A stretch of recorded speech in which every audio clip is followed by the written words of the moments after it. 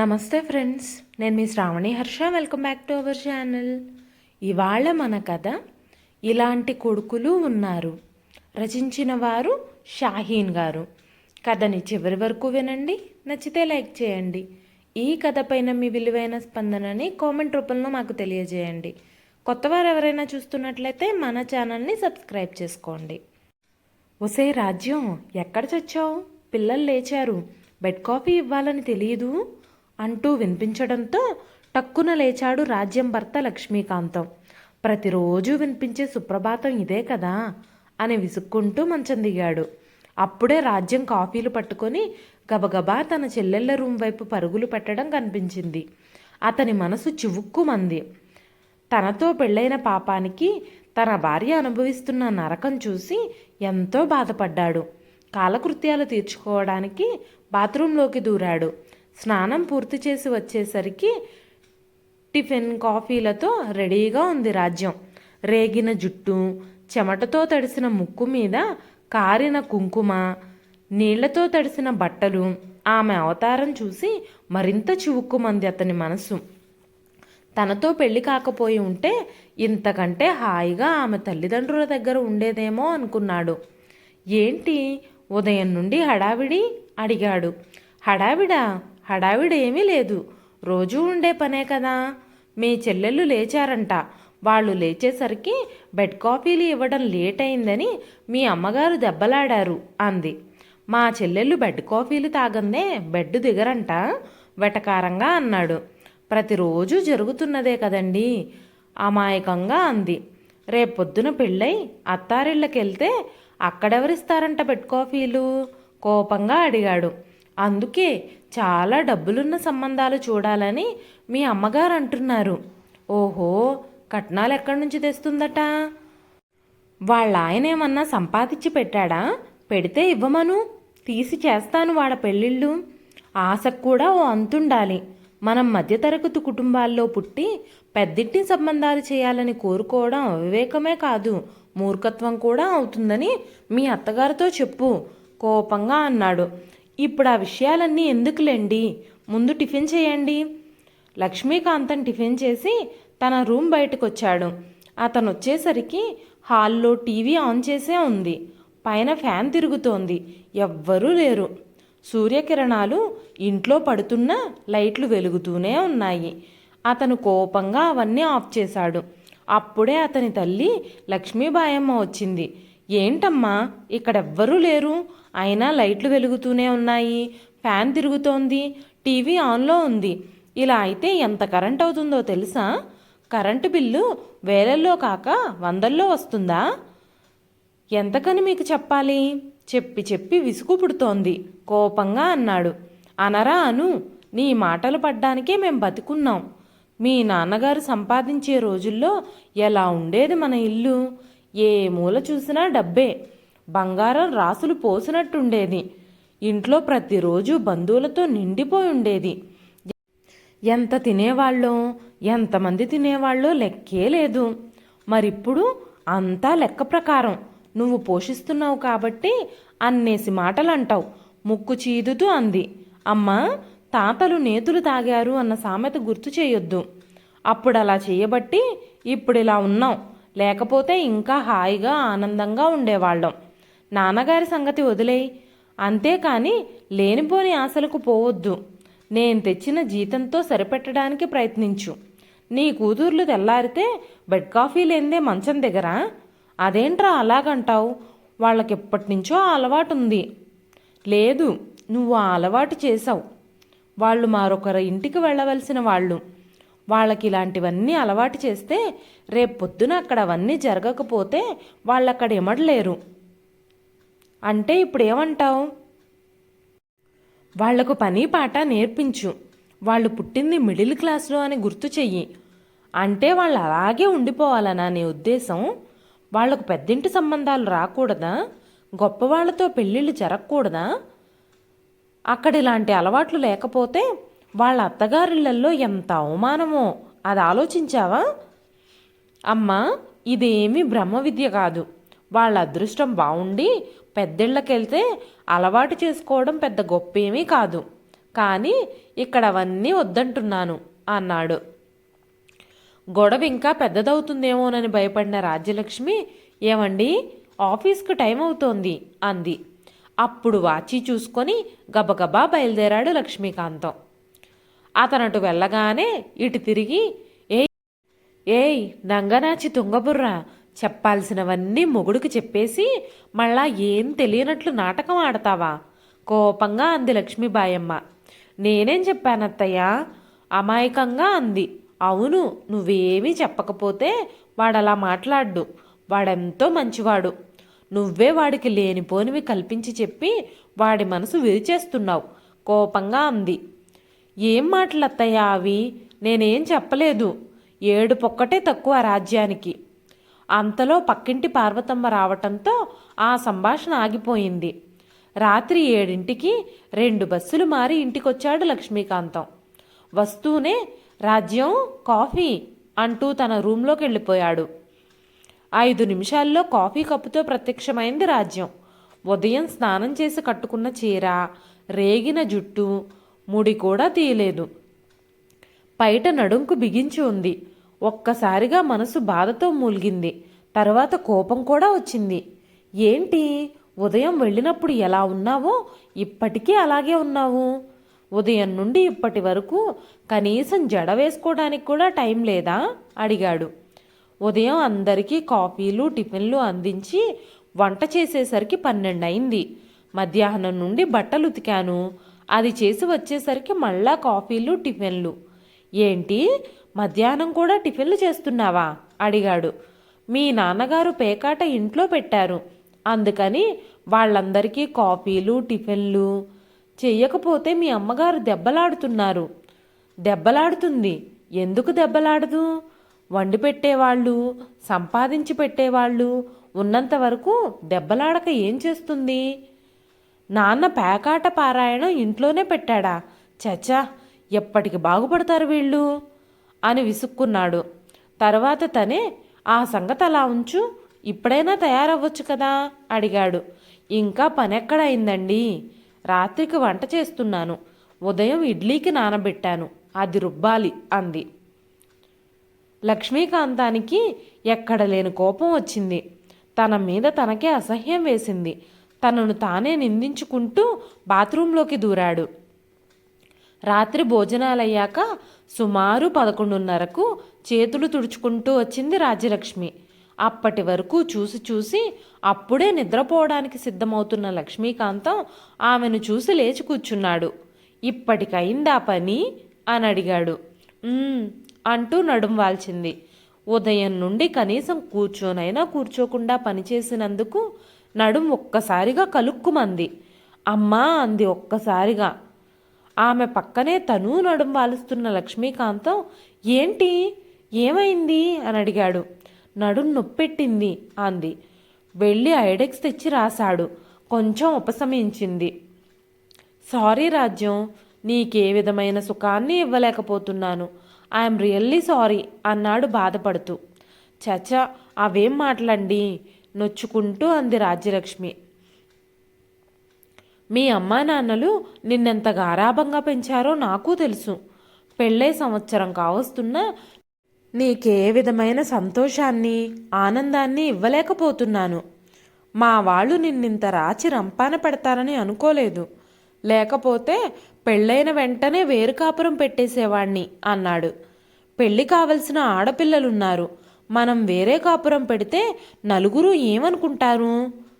అందుకని వాళ్లకు సేవలు చేస్తూ ఒళ్ళు గుల్ల చేసుకుంటావా? చెల్లెళ్లకు పెళ్ళిళ్ళయ్యేంత వరకు మనం పిల్లలు వద్దనుకుని కుటుంబ నియంత్రణ పాటిస్తున్నాం. ఆ విషయం తెలియక ఇంకా నీ కడుపు పండలేదని మొన్న మా అమ్మ నానా మాటలు అనడం విన్నాను.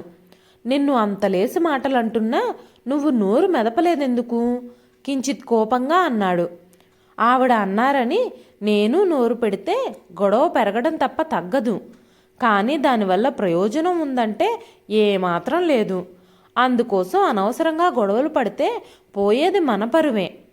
అర్థం చేసుకునే భార్య దొరకడం నిజంగా నా అదృష్టం. ఎంతమంది భార్యలు నీలా ఆలోచిస్తున్నారు? నిజంగా నేను చాలా అదృష్టవంతుణ్ణి అన్నాడు ఆమె నక్కున చేర్చుకుంటూ. మీరింత మంచివారు కాబట్టే నేను ఇన్ని బాధలు సహించగలుగుతున్నాను. మీరు నా పట్ల చూపే ప్రేమ, ఆప్యాయత నాకు చాలండి.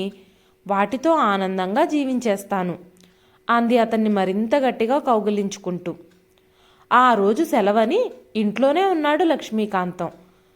ప్రతిరోజులానే చెల్లెళ్ళు 9ంటికి లేచారు. తమ్ముడింకా లేవనే లేదు. తల్లి ఆ మాట ఈ మాట మాట్లాడుతూ, ఒరే లక్ష్మి, ఊర్లో స్వాముల వారు వచ్చారంట. ఆయన పర్వతాల్లో తపస్సు చేసి వచ్చేవారంట.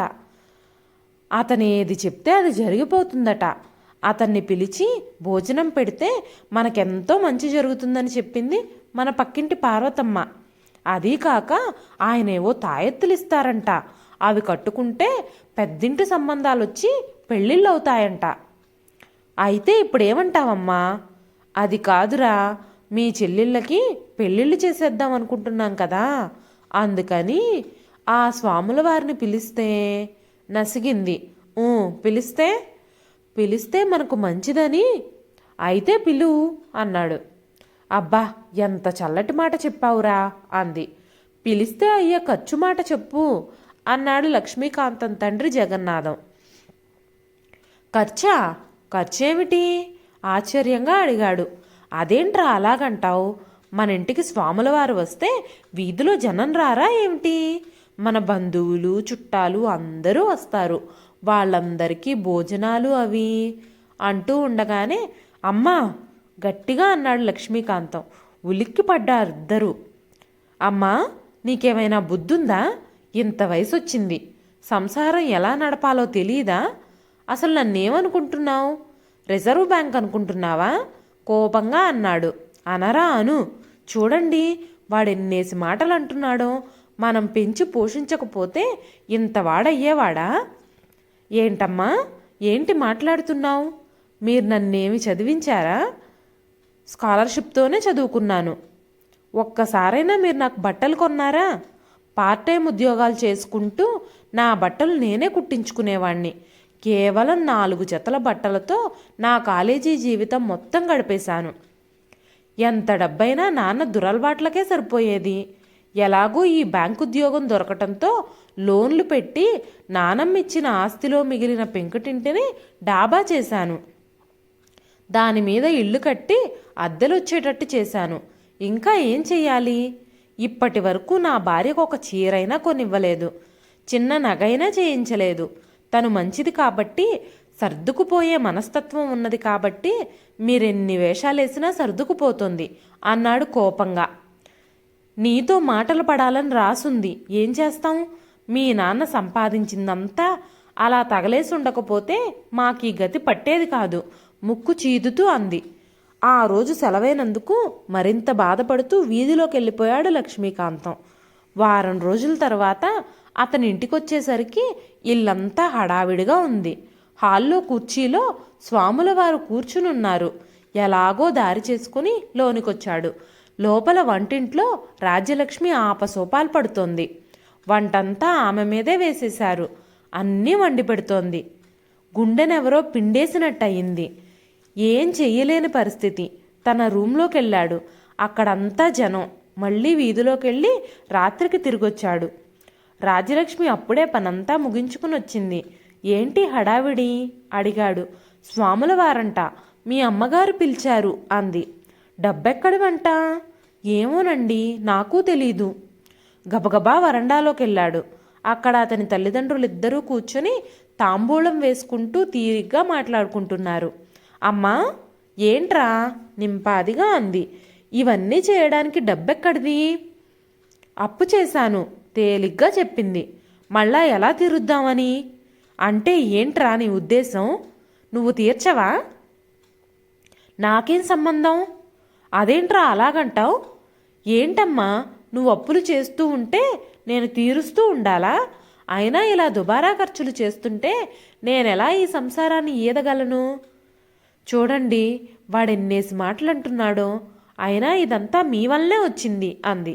మధ్యలో నేనేం చేశానే అన్నాడు జగన్నాథం.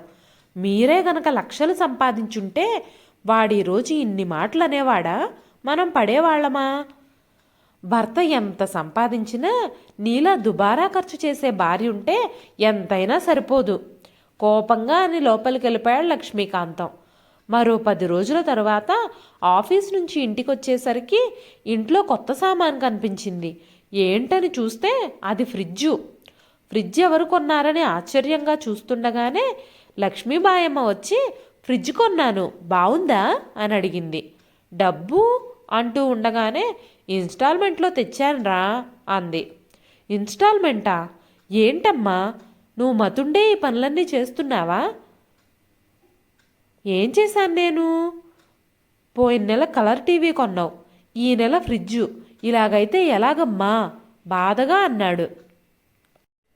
అసలు ఇవన్నీ నీ అత్తమామలు లాంఛనాల రూపంలో ఇవ్వాలి, నువ్వేమో ఇవన్నీ వద్దన్నావు. మరి నేనైనా కొనాలి కదా. దీన్ని కొనడం అంటారా? ఎలాగో ఒకలా వస్తువు మన ఇంటికి వచ్చింది కదా. రేపొద్దున నీ చెల్లెళ్ళను చూడ్డానికి పెళ్లివాళ్ళు వస్తే మన ఇంట్లో కనీసం టీవీ ఫ్రిడ్జ్లన్నా లేకపోతే అట్టే పోతారు అంది. అందుకని ఇన్స్టాల్మెంట్లో కొనాలా? నీకెన్నిసార్లు చెప్పాను మనం ఎంతలో ఉండాలో అంతలోనే ఉండాలని. నా జీతం అంతా ఇన్స్టాల్మెంట్లు కట్టడానికే సరిపోయేలా ఉంది అని విసుక్కుంటూ లోనికెళ్ళిపోయాడు.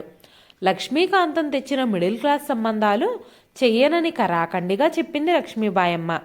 తన కూతుర్లు చాలా అందగత్తెలని, వాళ్లకు గొప్పింటి సంబంధాలు వెతుక్కుంటూ వస్తాయని చెప్పింది. దాంతో మరింత విసుగు చెందాడు లక్ష్మీకాంతం. ఆ రోజు ఉదయం లేస్తూనే అలవాటు ప్రకారం, ఒసే రాజ్యం ఎక్కడ చచ్చావే, మా మొహాన కాఫీ నీళ్ళైనా పోసేదేమైనా ఉందా కేకేసింది లక్ష్మీబాయమ్మ. కాఫీ రాలేదు. మరోసారి కేకేసింది. అసలు వస్తున్న జాడ కూడా కనిపించలేదు. ఓ పావుగంట చూసి ఇల్లంతా వెతికింది. కొడుకు కోడలు కూడా కనిపించలేదు. ఆ విషయమే భర్తతో చెప్పింది. అతను కూడా వెతికాడు. ఎక్కడా వాళ్ల జాడలేదు. అంతా వెతికి హాల్లోకి వచ్చేసరికి టీవీ స్టాండ్ దగ్గర ఓ ఉత్తరం కనిపించింది. ఆతృతగా దాన్ని తీసి చదివాడు. అమ్మా నాన్నలకు నమస్కారం. నాన్నగారు, ఏ కుటుంబానికైనా తండ్రి మూలస్తంభం లాంటివాడు. అటువంటి మీరే దురలవాట్లకు లోనై ఉన్న ఆస్తిని పాడు చేశారు. ఎలాగో ఈ ఇల్లన్నా మిగిలినందుకు సంతోషించండి. ఇకపోతే అమ్మ మీకు తగ్గ భార్య. దుబారాలో ఆమె తర్వాతే ఎవరైనా. ఆమెలాగే కూతుర్లను కూడా తయారు చేసింది. ఏ మనిషి అయినా తనేమిటో, తన తాహతేమిటో, తన అంతస్తేమిటో తెలుసుకొని మసలగలిగితేనే మనుగడ కొనసాగించగలడు. మీ ఇంట్లో నేను పుట్టడమే తప్పు. మీలాంటి వాళ్ల ఇళ్లల్లో నాలాంటి కొడుకులు పుట్టకూడదు. పుడితే వాళ్లంత దురదృష్టవంతులు మరొకరుండరు. ప్రతీదీ వాళ్ల భుజాల మీద వేయడానికే చూస్తారు. రాబందుల్లా పీక్కు తింటారు. నన్ను చేసుకున్న పాపానికి నా భార్యకు నేను ఏ విధమైన సుఖాన్ని ఇవ్వలేకపోయాను. ఏ భార్య అయినా పెళ్లి చేసుకుని తనను కన్నవాళ్లని, ప్రేమగా చూసేవాళ్లని వదులుకొని కట్టుకున్నవాడి వెంట ఎందుకొస్తుంది? అతను తనకు అన్ని విధాలా సుఖ సంతోషాలను పంచి ఇస్తాడని, ఏ కష్టం లేకుండా జీవితాన్ని పంచిస్తాడని. కానీ నా భార్య చేత వెట్టి చాకిరీ చేయించారు.